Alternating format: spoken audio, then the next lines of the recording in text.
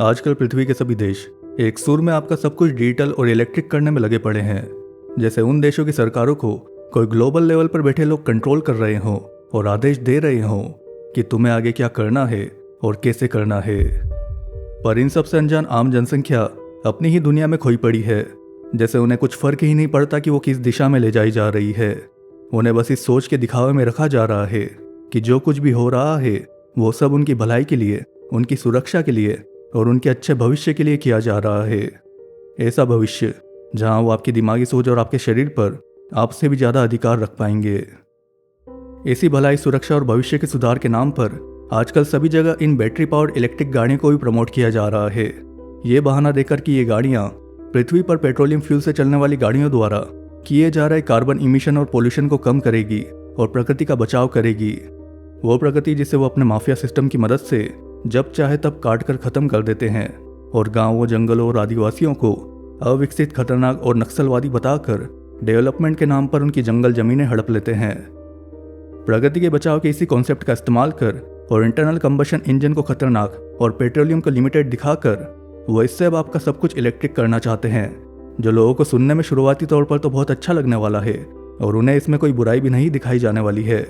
पर इसको प्रमोट करते हुए दूसरे सारे अवेलेबल ऑप्शंस को कम्प्लीटली गायब कर देने का उनका ये एजेंडा उनके इस पूरे खेल को बहुत खतरनाक और गुलामी वाला बना देता है।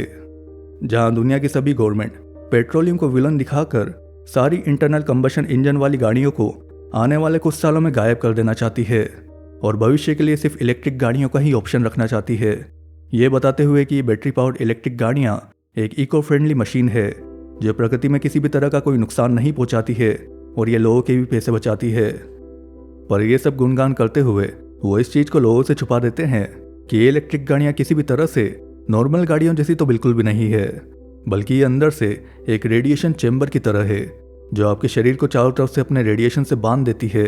जिनमें इस्तेमाल हो रही बैटरीज अत्यंत ज्वलनशील और विस्फोटक नेचर की है, जिनकी सर्विस लाइफ, एफिशिएंसी और रेंज समय के साथ कम होती जाती है और कुछ सालों में ही ये कबाड़ बन जाती है। जिनके अंदर इस्तेमाल टॉक्सिक मटेरियल आपके जमीन, पानी, शरीर और दिमाग के लिए भी बहुत खतरनाक साबित होते हैं। यहाँ तक कि इन इंटरनेट से जुड़ी हुई बैटरी पावर इलेक्ट्रिक गाड़ियों को आपकी मर्जी के विरुद्ध आपके खिलाफ भी इस्तेमाल किया जा सकता है, जहाँ वो आप पर डिजिटल पाबंदियाँ लगाकर आपके ड्राइविंग एक्सेस को भी रोक सकते हैं और इन्हें हैक कर इनकी बैटरीज को एक बम की तरह ब्लास्ट भी कर सकते हैं, जो आगे चलकर एनवायरनमेंट तो छोड़ो आपके खिलाफ भी बहुत बड़ा एक खतरा पैदा करने वाला है। ऐसा खतरा जिसकी ज़्यादातर लोग अभी कल्पना भी नहीं कर रहे होंगे। अगर आपको लगता है कि ये बैटरी पावर इलेक्ट्रिक व्हीकल्स 21वीं सदी का कोई नया आविष्कार है, तो ऐसा भी नहीं है। ये इलेक्ट्रिक गाड़ियाँ पेट्रोलियम गाड़ियों से भी पहले सन 1830 में बनाई जा चुकी थी और सन 1900 के आसपास भी बाजार में मौजूद लगभग सभी गाड़ियाँ उस समय इलेक्ट्रिक ही हुआ करती थी, जो लीड एसिड और निकल आयरन बैटरीज पर चलती थी, जिनकी ट्रेवलिंग रेंज उस समय भी 80 से 200 किलोमीटर की हुआ करती थी। लेकिन इन इलेक्ट्रिक व्हीकल्स की महंगी कीमत, इनकी कम टॉप स्पीड और इनकी स्लो बैटरी चार्जिंग की समस्या ने इन्हें धीरे धीरे पेट्रोलियम व्हीकल से रिप्लेस करना शुरू कर दिया था। जहां पेट्रोलियम गाड़ियां इलेक्ट्रिक गाड़ियों की तुलना में ज़्यादा ट्रेवलिंग रेंज, ज़्यादा टॉप स्पीड और कुछ मिनट में ही रिफिल होकर कहीं भी ले जाने की आज़ादी दे रही थी, जिसे ऑयल इंडस्ट्री के फैलाव ने भी पूरी तरह से सपोर्ट कर दिया था। पर अभी इन क्लाइमेट एजेंसी से उनके पपेट पॉलिटिशियंस द्वारा सपोर्ट की जा रही इलेक्ट्रिक गाड़ियाँ क्या उन मूलभूत समस्याओं को सुधार पाई है जिसकी वजह से इंटरनल कंबशन इंजन वाली गाड़ियों ने इन्हें रिप्लेस किया था? मुझे ऐसा नहीं लगता, बल्कि मुझे तो ये चीज़ पहले से भी ज़्यादा बिगड़ी हुई लगती है, क्योंकि आज के समय में इलेक्ट्रिक गाड़ियों में इस्तेमाल हो रही ये लिथियम आयन बैटरीज पुराने समय की इलेक्ट्रिक गाड़ियों में इस्तेमाल हुई लीड एसिड और निकल आयन बैटरीज से भी अब कई गुना ज़्यादा खतरनाक और विस्फोटक बन चुकी है, जिनको रिसाइकल करना भी उन पुरानी बैटरीज की तुलना में एक बहुत कठिन और जोखिम भरा काम बन चुका है, जो किसी भी नज़रिए से इन्हें इन्वायरमेंट फ्रेंडली और पोल्यूशन फ्रेंडली तो नहीं बना रहा है। ना ही ये गाड़ियाँ आपको वो ट्रेवलिंग फ्रीडम दे रही है जो आपको इंटरनल कंबशन इंजन वाली गाड़ियों में मिलती है, बल्कि अब भी आपको इनकी ट्रेवलिंग रेंज और घंटों में चार्ज होने वाली खूबी से बांधे हुए है। इसके साथ ही अब ये आप पर डिजिटल कंट्रोल लागू करने में भी इस्तेमाल हो सकती है। आप इन इलेक्ट्रिक व्हीकल्स को इन्वायरमेंट फ्रेंडली कैसे कह सकते हो जब इनमें इस्तेमाल हो रही बैटरीज किसी भी नज़रिए से इन्वायरमेंट के लिए फ्रेंडली है ही नहीं। इन बैटरीज में इस्तेमाल मिनरल्स एक ऐसी टॉक्सिक माइनिंग प्रोसेस से होकर निकलते हैं जिसमें 1 टन लिथियम निकालने में भी लाखों लीटर पानी का इस्तेमाल करना पड़ जाता है, जिनकी केमिकल प्रोसेस आसपास के वाटर रिसोर्सेज, एग्रीकल्चर लैंड और इकोसिस्टम को भी पोल्यूट कर देती है, जो वहाँ काम कर रहे लोगों के लिए भी जानलेवा साबित होती है, जिनकी मैन्युफैक्चरिंग प्रोसेस ट्रेडिशनल व्हीकल से भी कई गुना ज़्यादा पोल्यूशन पैदा करती है। यहाँ तक कि इनकी वेस्ट को मैनेज करना और रिसाइकल करना भी एक बहुत रिस्की और महंगा काम बताया जाता है, जिसका डाटा अब भी सिर्फ 5% ईवीज को ही रिसाइकल होता हुआ दिखा रहा है, जो कि एक बड़ा इन्वायरमेंटल कॉन्सर्न है, क्योंकि अगर इन ईवीज की बैटरीज का अभी से ये हाल है तो आने वाले समय में जब मौजूदा ईवीज का बाढ़ बनेगी तो उनका क्या होगा। अगर आप सोच रहे हो कि दुनिया की सभी गवर्नमेंट इसके लिए रिसाइकल प्लांट बनवा देगी और इसकी प्रोसेस को आसान कर देगी, तो ऐसा भी नहीं होने वाला है, क्योंकि इनको रिसाइकल करना एक बहुत एनर्जी कंज्यूमिंग और पॉल्यूटिंग प्रोसेस है, जो इन्हें कहीं से भी इकोनॉमिकल और इको फ्रेंडली तो नहीं बना रही है। चलो इन बैटरी पावर इलेक्ट्रिक व्हीकल्स के इन्वायरमेंट फ्रेंडली नेचर को साइड रखते हुए इनके लाइफ सेविंग नेचर के बारे में बात कर लेते हैं, यानी इनके कहीं भी आग लग जाने और ब्लास्ट हो जाने वाली खूबी के बारे में, जिनके केसेस को बहुत कम और रेयर बताते हैं, पर अगर आप खबरों पर ध्यान दो तो आपको पता लगेगा कि इन इलेक्ट्रिक व्हीकल्स में आग लगने की ये घटनाएं आजकल एक बहुत कॉमन चीज बन चुकी है, जो दिखने में नॉर्मल आग की तरह तो बिल्कुल भी नहीं लगती है, बल्कि एक ऐसी अनकंट्रोलेबल हाईली पॉल्यूटिंग और टॉक्सिक फायर होती है जिसे आप बुझा नहीं सकते हो, जिस वजह से चाइना की कई होटल्स और ऑफिस बिल्डिंग्स ने भी इन इलेक्ट्रिक व्हीकल्स की अंडरग्राउंड पार्किंग पर रोक लगा दी है। उनका कहना था कि ये इलेक्ट्रिक गाड़ियाँ आग पकड़ने पर एक टॉक्सिक डायनामाइट बम की तरह प्रतिक्रिया देती है, जिसे वो कंट्रोल नहीं कर पाते हैं। इसी तरह यूएस फ्लोरिडा में भी इन इलेक्ट्रिक व्हीकल्स को लेकर हरिकेन और फ्लड के टाइम गाइडलाइंस निकाली गई थी, जहां वो इन बैटरी पावर इलेक्ट्रिक व्हीकल्स को बाढ़ के पानी से दूर रखने, यहाँ तक कि इन्हें गैरेज और घर से भी दूर रखने की बात कर रहे थे, क्योंकि उनका कहना था कि ये बाढ़ का पानी उनकी बैटरी से मिलकर एक बहुत बड़ा खतरा पैदा कर सकता है। In Hurricane Ian's aftermath, electric vehicles bursting into flames spontaneously after being damaged in floodwaters. Car batteries catching fire, prompting an urgent new warning from the state.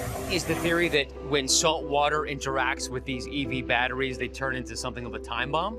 Well, we just can assume that that's contributing to it because all these are storm damaged vehicles that were flooded. It's a real concern among firefighters.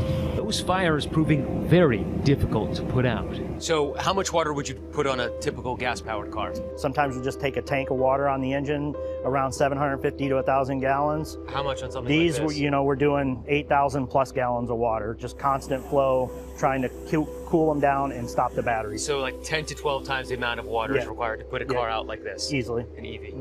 Correct. And they can reignite. Tim Baker towed this Tesla to his lot after firefighters put it out. I went back in my office, got a drink, sat down on the couch, and one of my employees yelled, "Hey, there's a fire." Baker had to push the car out into the street. Another eventful day. And you can see the car still on skids, pumping smoke, sputtering into flames. They had to plunk it in the drainage ditch. और आपको लग रहा है कि आप इन electric गाड़ियों को अपने घर की इलेक्ट्रिसिटी से चार्ज कर चला लोगे और पैसे बचा लोगे, तो ऐसा भी नहीं होने वाला है, क्योंकि ये गाड़ियाँ आपकी घरों की नॉर्मल लो वोल्टेज इलेक्ट्रिसिटी से आसानी से चार्ज नहीं होने वाली है। आप सिर्फ एंट्री लेवल की लो ट्रेवलिंग रेंज वाली गाड़ियों को ही अपने घरों की इलेक्ट्रिसिटी से चार्ज कर पाओगे, वो भी 10 से 15 घंटों की स्लो चार्जिंग स्पीड के साथ। स्टैंडर्ड और फास्ट चार्जिंग जैसी सुविधा आपके नॉर्मल घर सपोर्ट नहीं कर सकते हैं। इसके लिए आपको special high power charging stations की ज़रूरत पड़ने वाली है, जो कि एक बहुत एक्सपेंसिव इंफ्रास्ट्रक्चर होता है, जिन्हें पेट्रोलियम फ्यूल स्टेशंस की तरह हर जगह लगाया नहीं जा सकता है। ना ही ये उन सभी गाड़ियों की चार्जिंग डिमांड फुलफिल कर सकते हैं जो उस एरिया में मौजूद होगी, क्योंकि आपको एक गाड़ी को उन फास्ट चार्जिंग वाले स्टेशन पर चार्ज करने के लिए भी मिनिमम 1 घंटे का समय तो देना ही पड़ेगा। इसके साथ साथ उसकी बिजली की महंगी कीमत भी। आसान शब्दों में कहूँ तो आप अपनी गाड़ी को फास्ट चार्ज करके भी कोई पैसा नहीं बचाने वाले हो, बल्कि आप अपने कीमती समय को भी बर्बाद करने वाले हो। साथ ही भविष्य में इन गाड़ियों की बैटरीज आपकी जेब पर भी भारी पड़ने वाली है। कल्पना कीजिए आप अपनी गाड़ी को कुछ साल यूज़ करके उस गाड़ी की आधी से ज़्यादा कीमत दे रहे हो सिर्फ बैटरी रिप्लेसमेंट कॉस्ट के रूप में। इंडिया में जितने टाइम में उस गाड़ी का लोन पूरा होगा उतने टाइम में तो उसकी बैटरी डेड होना शुरू हो चुकी होगी। मतलब उस गाड़ी का लोन पूरा होते ही अब आपको न्यू बैटरी के लिए फिर से लोन लेना पड़ेगा, उसी पुरानी गाड़ी के लिए जिसकी वास्तविक कीमत अब कुछ भी नहीं है। क्या आपको लगता है कि इसी परिस्थितियों में कोई आम आदमी पर्सनल गाड़ी अफोर्ड और मेंटेन कर पाएगा? वैसे इंटरनेट और डिजिटल ग्रिड से जुड़ी इन इलेक्ट्रिक गाड़ियों की कुछ और खासियत भी है जिसे वो आपसे छुपाना चाहते हैं, जो उनके टोटल कंट्रोल के ग्लोबल एजेंडा से संबंधित है। जहां वो भविष्य में आपको AI सर्विलेंस स्टेट में बांधकर आप पर 24 घंटे नज़र रख कर आपकी एक्टिविटीज़ के आधार पर आप पर ट्रैवल रिस्ट्रिक्शन और लिमिटेशंस भी लगा पाएंगे। यानी अगर आप उनके बनाए रूल रेगुलेशन और गाइडलाइन को फॉलो ना किए या सोशल मीडिया पर कुछ भी विरोध किए तो वो आपकी गाड़ी में सैटेलाइट टावर से सिग्नल भेजकर आपको आपकी ही गाड़ी को चलाने से रोक सकेंगे, आपकी ट्रैवलिंग डिस्टेंस और स्पीड को लिमिटेड कर सकेंगे और आप पर फाइन लगा सकेंगे आपके कार्बन फुटप्रिंट के स्कोर और बैटरी पासपोर्ट के आधार पर, जिसे वो पर्यावरण की सुरक्षा और किसी भी तरह की इमरजेंसी के नाम पर शुरू करेंगे। इसके अलावा डिजिटल ग्रिड से जुड़ी इन बैटरी पावर इलेक्ट्रिक गाड़ियों को हैक कर इनकी बैटरीज को ओवरहीट कर इन्हें ब्लास्ट भी किया जा सकेगा, जिसके बारे में हम पुरानी वीडियो में भी जान चुके हैं, जिसे आप देख सकते हो। तो ओवरऑल यहाँ मैं ये नहीं कह रहा कि इलेक्ट्रिक गाड़ियाँ कोई खतरनाक चीज़ है और इंटरनल कंबशन इंजन वाली गाड़ियाँ पोल्यूशन फ्री है, बल्कि मैं यहाँ इन गाड़ियों में इस्तेमाल हो रही लिमिटिंग टेक्नोलॉजी, उनके सिलेक्टिव प्रोपोगंडा और इसके साथ आने वाले डिजिटल कंट्रोल को मेन खतरा बता रहा हूँ। क्या होता अगर इन इलेक्ट्रिक व्हीकल्स में ऐसी बैटरीज इस्तेमाल होती जो टाइम बम की तरह ब्लास्ट ना होती, जो कुछ मिनट में ही चार्ज होकर लोगों को अनरिस्ट्रिक्टेड ट्रेवल करने की आज़ादी देती? या क्या होता अगर इन व्हीकल्स में बैटरीज ही ना होती और ये इथेरिक फ्री एनर्जी फील्ड से या ऑन डिमांड फ्यूल रिएक्टर से पावर होती? तो क्या कोई इसे नहीं अपनाता? लोग इसे रिवॉल्यूशन की तरह लेते और आगे से इसे अपना लेते। पर अभी की ग्राउंड रियलिटी ये नहीं है। हमारे ऊपर थोपे जा रहे ये battery power electric vehicles climate mafia द्वारा फोर्स किया गया एक ऐसा एजेंडा है जो आपसे आपके प्राइवेट व्हीकल की ओनरशिप के राइट को छीनकर आपको स्मार्ट सिटी के total control AI surveillance state में बांधने के लिए डिज़ाइन है, जहां वो इसकी आड़ में आपके फ्रीडम व्हीकल यानी इंटरनल कंबशन इंजन वाली गाड़ियों को आपसे छीनकर आपको ऐसे महंगे रेडिएशन वाले डिब्बे देना चाहते हैं जिन्हें वो कंट्रोल कर पाएंगे और कुछ समय बाद सिर्फ अमीर लोग ही इन्हें मेंटेन कर पाएंगे। रही बात पेट्रोलियम की, तो ये कोई फॉसिल फ्यूल नहीं है, बल्कि एक नेचुरल रिन्यूएबल रिसोर्स है जो कभी ख़त्म नहीं होने वाला है, क्योंकि इसे हमारी पृथ्वी लगातार बनाती रहती है पानी की मदद से, जिसके बारे में हम अपनी पुरानी वीडियो में भी जान चुके हैं। अगर आपको पेट्रोलियम के पोल्यूशन को कम ही करना है तो आप इन पेट्रोलियम गाड़ियों को हाइड्रोजन फ्यूल के कंबाइंड कंबशन ऑप्शन के साथ भी ला सकते हो, या फिर आप इंटरनल कंबशन इंजन वाली गाड़ियों को हाइड्रोजन फ्यूल पर भी शिफ्ट कर सकते हो, जो कि एक सबसे क्लीन और पोल्यूशन फ्री ऑप्शन है। बाकी मेरी नज़र में ये battery powered electric vehicles environment और क्लाइमेट की सुरक्षा के नाम पर दी जाने वाली एक ऐसी दवाई है जो आगे चलकर शरीर के ऑर्गन फेल करवाएगी। आप किसी भी चीज़ को तब तक रिप्लेस नहीं कर सकते हो जब तक रिप्लेस करने वाली चीज़ रिप्लेस होने वाली चीज़ से बेहतर ना हो। तो बेहतर होगा आप जाग जाएं और लोगों को जगाएं।